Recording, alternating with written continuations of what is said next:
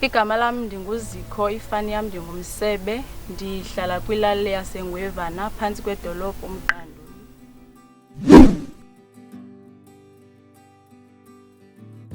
Louis Agri program ndijoyine kunyaka ophelileyo ngexesha ibiqala.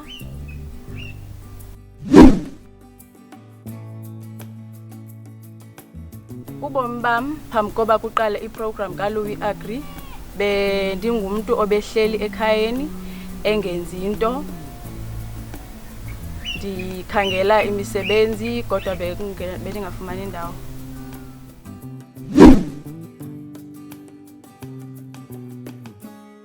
Ubomi bam emva koba ndiqale le program butshintshe kakhulu ngohlobo loba phambi koba iqale besisithi yonke into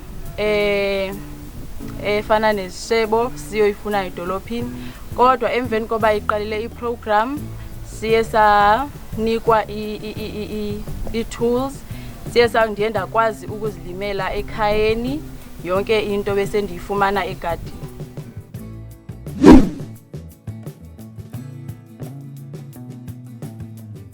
Skills endizifumene kule program kukusebenzisana nabantu, ukubamba ixesha, ibe kukwazi ukusebenzisa ii-tools endiye ndazifumana apha kwaLouis Agri, ibe kukusebenza as ii-groups.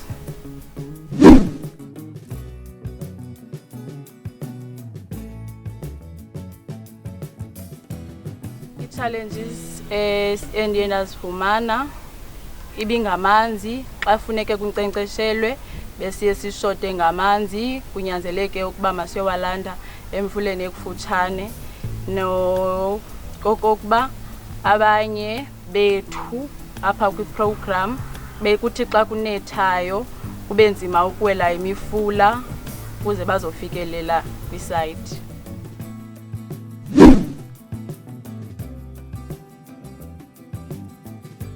Ii-toolkits endiye ndazifumana kwaLouis Agri zindisebenzele kakhulu ngoba emveni koba ndizifumene ekhaya apho ndihlala khona indawo ebiyekileyo ibingekho, kodwa ndaqonda okokuba azuzuhlala ii-toolkits, ndizawuhamba ndiye kwamakhelwane ndafika ndacela igadi, ndasebenzisa ii-toolkits, ndalima, ndafaka ii-seeds esasizinikiwe zakwaSakata. Ngoku ndikha egadini yonke into, andisaswelanga nto.